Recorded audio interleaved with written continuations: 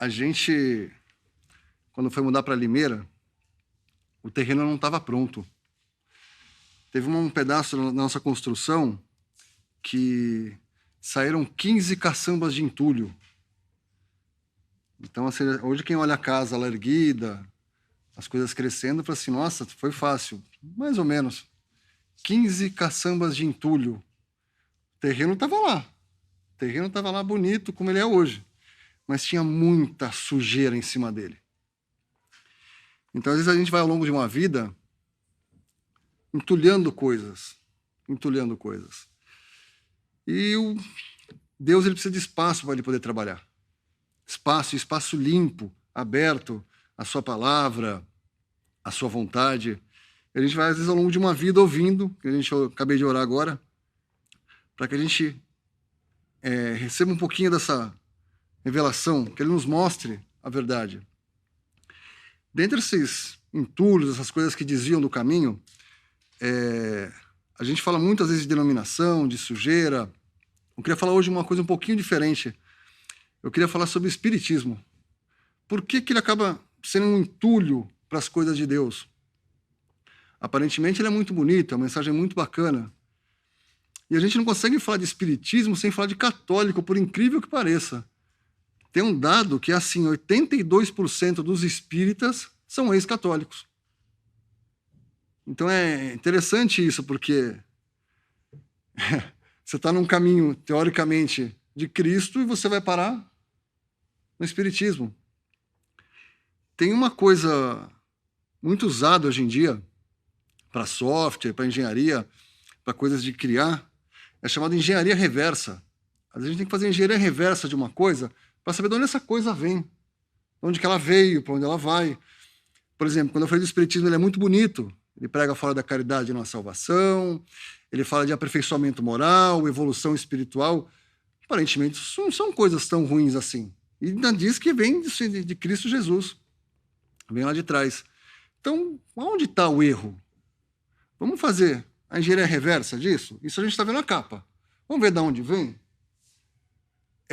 Deus é espírito. E importa que aqueles que o amem, aqueles que o amem o adorem em espírito e em verdade. Então o espiritismo está certo. Olha lá, espírito, Deus é espírito. Vamos ver se é assim mesmo? A palavra diz muito claramente que consultar espíritos é uma abominação. Então, se vem de uma fonte que é espírito, né? Alguma coisa não está tão certa assim. Vindo diretamente de Deus é uma coisa. Vindo de espíritos, e qualquer espírito. A gente vê que, assim, por exemplo, na história do espiritismo, vem espíritos vem espírito da verdade, espírito de luz, espírito de Joana d'Arc, espírito... Até mesmo o Senhor Jesus, eles falam que numa encarnação passada ele era Buda. É estranho que ele tenha sido Buda, uma vez que o espiritismo prega que é a evolução, e o estágio anterior dele, então ele negava Deus, porque no budismo não há Deus. Não existe Deus no budismo. Existem outras coisas, mas Deus, a figura divina, não existe. Tudo parte do homem. Então, peraí, ele era Buda, na outra ele virou Cristo e mudou tudo? Já acaba sendo uma incoerência, assim, muito clara. E aí tem os católicos também, como eu disse aqui no começo, a gente também tem que fazer engenharia reversa no catolicismo. Vamos fazer a mesma coisa que fez com o espiritismo, vamos aplicar o catolicismo. Você cai em Roma. Peraí, Jesus andou em Roma? Não. Em Roma, não era em Roma que eles colocavam cristão para ser comido por leão? Essa é a fonte do catolicismo? É de lá que ele vem? Então a gente, às vezes, olhando hoje, pode parecer muito bacana, vamos orar pelo mundo, o mundo vai melhorar. Mas, peraí, alguma coisa está errada nessa história, né? Quando o Senhor Jesus esteve aqui, ele disse que ele enviaria o Consolador. No meu passado, eu conheci um pouquinho mais de espiritismo, eles diziam que esse Consolador seria o espiritismo, que veio lá no século XVIII, XIX, mais ou menos, lá por Allan Kardec, enfim. Mas tem uma coisa específica no Consolador que eles não disseram. Quando o Senhor Jesus cita o Consolador, eu vou enviar o Consolador, se eu não for, ou seja, ele não ascendesse aos céus, o Consolador não viria. Então tá bom, pode ser o espiritismo? Pode. pequena exceção. O Consolador vai testificar de mim. Opa, ele não vai apontar para o Espírito da verdade, ele não vai apontar para a caridade, ele vai apontar para Cristo. Então, essa é a característica do Consolador. Então, se o Espiritismo ele tem o Consolador, ele tem que apontar para Cristo. E aí, quando eles apontam para Cristo, a gente cai em algumas passagens na Bíblia. Por exemplo, a gente sabe que o Espiritismo, eles pregam que existe a reencarnação. Muito bem, eles pegam a reencarnação, coisa que a Bíblia diz muito claramente que o homem só vive uma única vez, vindo depois do juízo. Mas você fala assim, mas Jesus falou, importa nascer de novo. Ah lá, em reencarnação, nascer de novo, reencarnação. Esse é um pequeno, ele disse essa pequena frase, esse pequeno pedacinho ele disse. Dentro de que contexto? Então eu vou ler esse contexto para vocês. E havia entre os fariseus um homem chamado Nicodemos, príncipe dos judeus. Este foi ter de noite com Jesus e disse-lhe, Rabi, bem sabemos que és mestre vindo de Deus, porque ninguém pode fazer estes sinais que tu fazes se Deus não for com ele. Jesus respondeu e disse-lhe, na verdade te digo, que aquele que não nascer de novo, olha lá a reencarnação, aquele que não nascer de novo, hein? Não pode ver o reino de Deus. Então a gente tem que evoluir, olha lá, o Senhor Jesus disse, tem que evoluir, olha lá. Senão você não vai ver, se você não nascer de novo, você não vai ver. Vamos seguir no que ele disse? Disse-lhe Nicodemos, como pode um homem nascer sendo velho? Porventura pode tomar a entrar no ventre de sua mãe e nascer? Não, você morre essa vida e você vem na próxima vida. Foi isso que ele disse? Na continuação dessa história? Não, porque você vai voltar. Porque assim, a gente tem que ter uma coisa muito clara de Deus. Existe muita coisa nas coisas de Deus que a gente tem que meditar muito para poder entender. Outras não. Então esse aqui é um pedaço muito claro. Por que ele não disse claramente a essa pergunta? Como pode um homem nascer de novo sendo velho? É simples, a reencarnação. Você vai morrer agora e vai nascer depois. Mas a resposta foi um pouquinho diferente. Na verdade te digo, que aquele que não nascer da água e do Espírito não pode entrar no reino de Deus. Nascer da água e do Espírito. Alguém já viu alguém nascer da água e do Espírito? A gente só vê nascer da carne. E ele continua.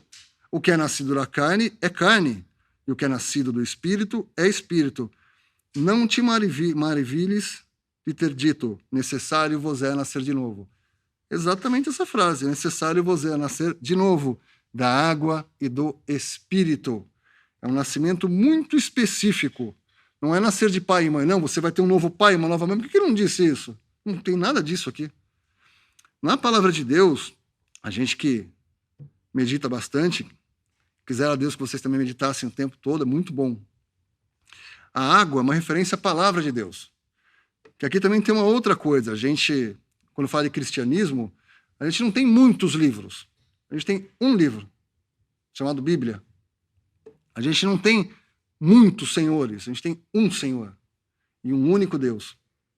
E isso faz muita diferença. A gente sabe que, por exemplo, o Espiritismo, a pessoa incorpora ali, ou ela empresta a mão, ou ela fala. Até sobre isso também é interessante, porque a Bíblia fala que assim, a palavra de Deus ela foi inspirada. Ela não entrou em alguém, a pessoa saiu escrevendo, ou saiu falando. Não, a pessoa era inspirada. Ela diz muito claramente, o espírito dos profetas está sujeito aos profetas. Ele não era um mecânico, que ficava lá, ficava com o braço lá, e de repente ele começava a escrever sem ter o menor controle sobre isso. Não, isso nas coisas de Deus não existe. Até porque se fosse esse o modo de Deus fazer, a gente não precisava estar aqui agora. Ele vinha, teria feito 100%, levado todo mundo embora e acabou. Mas não é assim que Deus age.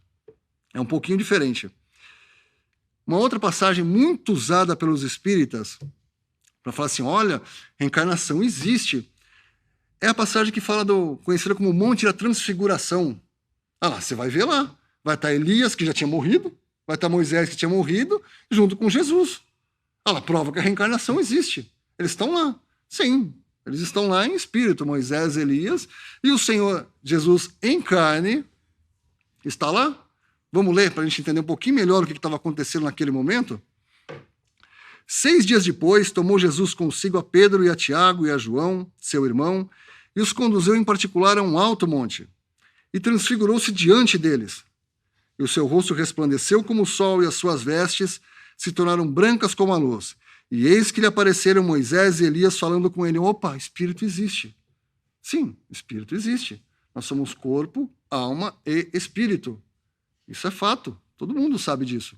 A grande maioria, por exemplo, quando fala de cristãos e quando fala de espírita, sabe corpo, alma e espírito. Então, aqui a gente está vendo Moisés e Elias junto com o Senhor Jesus e junto com aqueles apóstolos. Tinham mais pessoas ali. E aí, seguindo na história, e Pedro, tomando a palavra, disse a Jesus, Senhor, bom é estarmos aqui.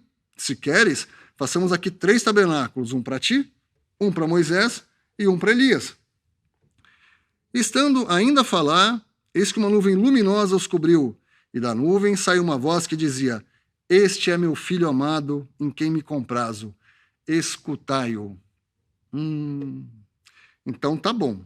Se a gente tem que levar em consideração que aqui eram espíritos, era uma representação espírita, o que a gente faz com essa frase? Como é que a gente lida com ela agora? Este é meu filho amado. Ele não falou que ele é o governador da terra, ele não disse que ele é um profeta, ele não disse que ele é um ser evoluído para nos ensinar o caminho. Este é meu filho amado em quem me comprazo, escutai-o. Lembra que eu falei do Espírito Santo no começo? Que era o Consolador prometido pelo Senhor Jesus? E apontar para ele.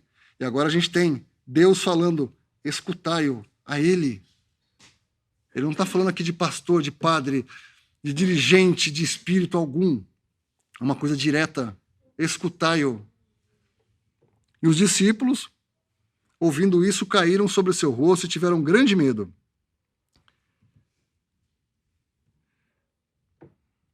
E erguendo os olhos, ninguém viram, senão a Jesus. De repente, aquela cena toda se desfez. Não tinha nuvem, não tinha Moisés, não tinha Elias. E descendo no monte, Jesus lhes ordenou, dizendo, a ninguém conteis a visão do Filho do Homem, até que o Filho do Homem seja ressuscitado dos mortos. Aqui a gente vai ter um outro problema, porque o Espiritismo ele é uma doutrina reencarnacionista, e aqui está sendo da boca do Senhor Jesus que ele vai ser ressuscitado dos mortos.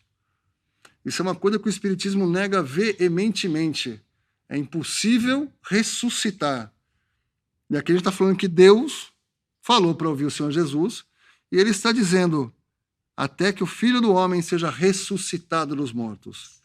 Então a gente tem um problema aqui, para o Espiritismo. Se você está apontando para Jesus e Jesus está dizendo isso, então alguém está falando a mentira. Que se o Senhor Jesus fala, até que eu seja ressuscitado, e o Espiritismo diz que não, um dos dois com certeza estão errado. Então, a única coisa que explica isso é o Evangelho. Cristo Jesus veio ao mundo para salvar pecadores. Veio a esse mundo pobre, não tinha de encostar a cabeça, derramou seu sangue, foi crucificado, foi morto, foi sepultado, e ele ressuscitou. Se você não tem o Evangelho, você não tem a explicação da ressuscitação. Teve alguém ressuscitado depois disso? Até agora, não.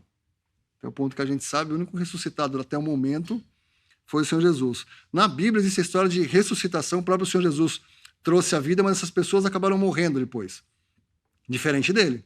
Ele foi ressuscitado e está vivo. Essa é uma grande diferença. Então, se ele está vivo, por que a gente pode, de algum momento, querer dar ouvido a espírito? Dar ouvido a um papel rabiscado que a gente não sabe nem quem foi que fez? Isso é uma incoerência muito grande. O Evangelho é definido em um outro pedaço, um pouco mais para frente, em Coríntios. Também vos notifico, irmãos, que o Evangelho que já vos tenho anunciado, o qual também recebeste, e no qual também permaneceis, pelo qual também sois salvos, se o retiverdes como tal como vô-lo tenho anunciado, se é que não crestes em vão. Cristo veio ao mundo para salvar pecadores.